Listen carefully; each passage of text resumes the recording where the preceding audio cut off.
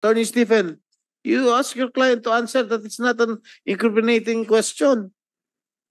Gaano Your Honor, kalawak yung farm? I cannot teach my client to answer because it's up to her whether she knows whether the answer will incriminate her or not. But do you think that my question is incriminating against her? It's not about how we think, Your Honor. It's about how she believes it will incriminate her. That's her right, Your Honor. That's her constitutional right. I know her rights, of course. She can always answer that, but we cannot ferret out the truth if she always answers that way. Timetable. And dun sa mga kasong tatapusin yung i-file sa Bamban at sinimulan nyo lang trabahuin sa PORAC, hindi lang ito tungkol kina Guo Huaping. Meron ding mga government personnel or officials na kasabwat nila sa POGO operations mismo, the crimes related to the POGO operations at pati yung pagtakas ni Guo Huaping. Yes, ma'am, without going into specific details, the answer to the question is affirmative.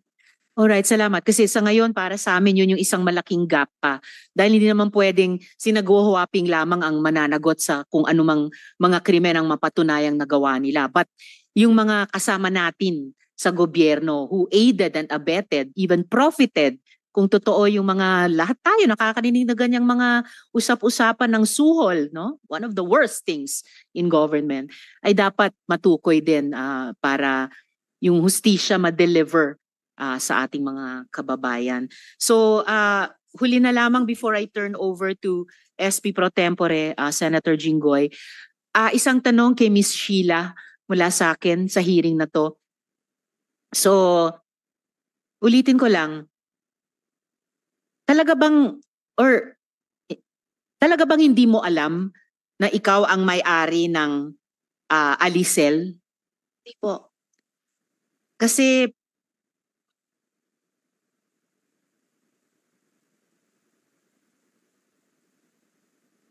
alright, and huling-huling tanong ko para sa iyo, Miss Sheila, sa hearing na to. Yung bahagi ng kwento mo na lumipat kayo mula sa small boat papunta sa big boat, paano kayo lumipat? Paano po? Paano kayo lumipat? Kasi hindi naman pwedeng mula sa small boat, lilipad kayo sa big boat. Pero nasa dagat kayo. So paano kayo lumipat from the small to the big boat? Mayroon kasi yung palang handanan ng bahaba. May hagdan. Opo. Ladder. Hindi ko lang kung ano tawag yun po. Yung hagdan ay dala sa small boat or galing sa big boat? Galing sa big boat. Galing sa big boat. Ano, sa gitna ng SP Pro dagat? Tempore. Opo, nasa dagat po. Sa gitna ng dagat, merong lumabas na ladder? Opo, yung galing sa malaki lamang. Tapos umakyat kayo sa ladder. Ganun ba? Opo, may naakyat po kami. Sa gitna ng dagat? Opo. Di ba So, maalon? Medyo po. Pag nahulog, dire-diretso tubig. Opo.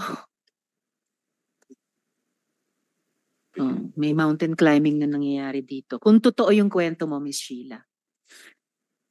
So, at this point, susunod na magtatanong, SP Pro Tempore, Senator Jinggoy. Thank you, have the Madam Chair. floor. Alias Alice, tumingin ka sa akin. Lumalabas na nakalap ng aking tanggapan, isa ka sa nagtayo ng 3 Lin Q Farm noong taong 2015. At ikaw mismo nagdeklarang CEO. Correct?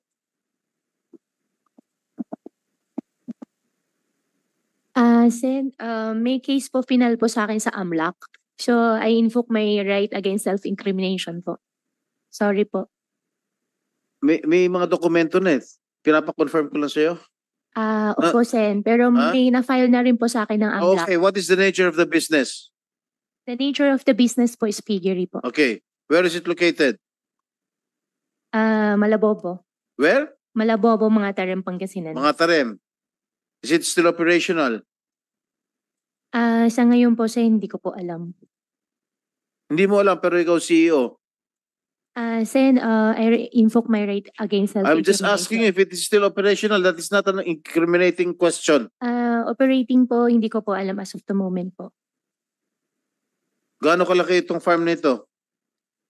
Gaano kalawak? Sen, pasensya na po talaga. Gaano kalawak? That is not an incriminating question. May final na po sa akin ng AMLAC po. That is not an incriminating question. You answer. Opo, pero may na-file na po sa akin si AMLAC. So what? I'm just asking you, gaano kalawak? Sen, di ko po alam po yung exact po at alam ko po Sen na since may na-file na po sa akin na AMLAC, I invoke my right against self-incrimination po. But I'm telling you, my question is not incriminating. So you can just answer. Ilan square meters? 1,000 ba? 2,000 ba? 3,000 ba? Sen, pasensya na po, may na-file na po sa akin ng AMLAC. Alam mo talaga. O ilan yung alaga mong baboy doon? Sen, pasensya na po talaga. Ha? Sen, may na-file na po kasi sa akin ng AMLAC. Kaya lahat po ng sasagutin ko po dito, may use against me po. Piggery lang yun. Hindi mo alam kung ilan yung baboy na ano. Why are you always invoking your right against self-incrimination? That is not, Attorney Stephen, you ask your client to answer that it's not an incriminating question. Gaano Your Honor, kalawak yung farm? I cannot teach my client to answer because it's up to her whether she knows whether the answer will incriminate her or not. But do you think that my question is incriminating against her? It's not about how we think, Your Honor. It's about how she believes it will incriminate her. That's her right, Your Honor. That's her constitutional right. I know her rights, of course. She can always answer that, but we cannot ferret out the truth if she always answers that way. Meron bang business permit? Yung ano? Your Honor, sa ngayon po, hindi ko rin po alam. Kasi nag-ooperate ang yung 3 Q farm, wala kayong business permit, wala kayong sanitary permit, wala kayong fire safety inspection permit, wala kayong DNR permit. Oh, at bakit hindi mo dineclare yung 3 Q farm sa salin mo nung 2022 hanggang 2023?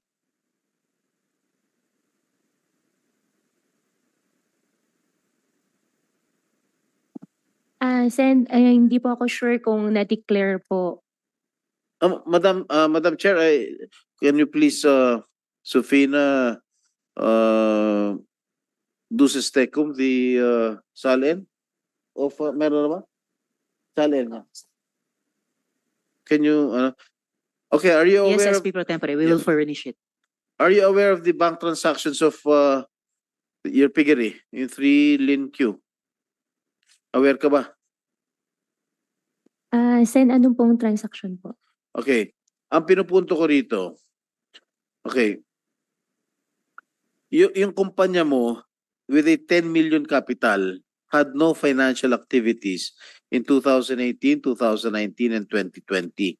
And yet, bakit napakalaki ng mga bank transactions mo simula noong 2016 hanggang taong kasalukuyan? Between 2021 and 2024, may sudden surge in bank transactions amounting to about 650 million pesos based on the findings of the AMLA. In total, the bank transactions of your piggery farm amounted to 831 million from 2016 to 2024. Are you aware? Ganun ba kalaki yung pera? Sen, may final na po sa akin sa AMLAC po. I invoke my right against self-incrimination po. Lalabas at lalabas talaga yung katotohanan yan. Alam mo talaga sinungaling ka talaga, Madam Chair. Alam mo And talaga, SP Pro Tempore, in direct relation to that, Go Huaping, you are in continuing contempt. You are continuing to be evasive, for the record. okay, thank you, Madam Chair.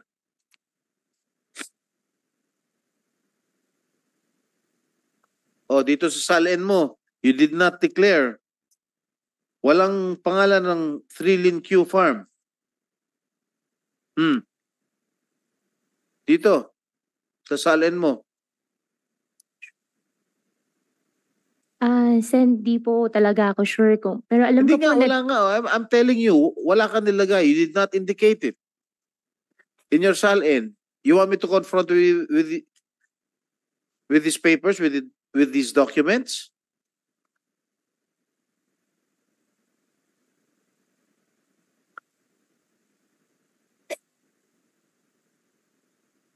Sen, related din po siya sa money laundering po na case po. I invoke my right po ulit. Sorry po talaga. Crazy talaga ito. Anyway, are you aware of the fund transfers that you personally made and the bank transfer of 3 Lin Q Farm to RMCE Metals? Ano yung RMCE Metals? Your Honor, RMCE, kung di po ako nagkakamali, bentahan po yun ng mga bakal po. O kaya nga, nag-fund transfer ka ng pera? Natatanda mo ba? Your Honor, Amount, September 20, 2016, amounting to 979,000 pesos. Your Honor, yung pangalan po na RMCE po, RMCE naalala ko po, pero yung amount po, hindi ko na po maalala. Madam Chair, RMCE Metals, Madam Chair, is AMLAC's person of interest, if I'm not mistaken, for illegal drug activities.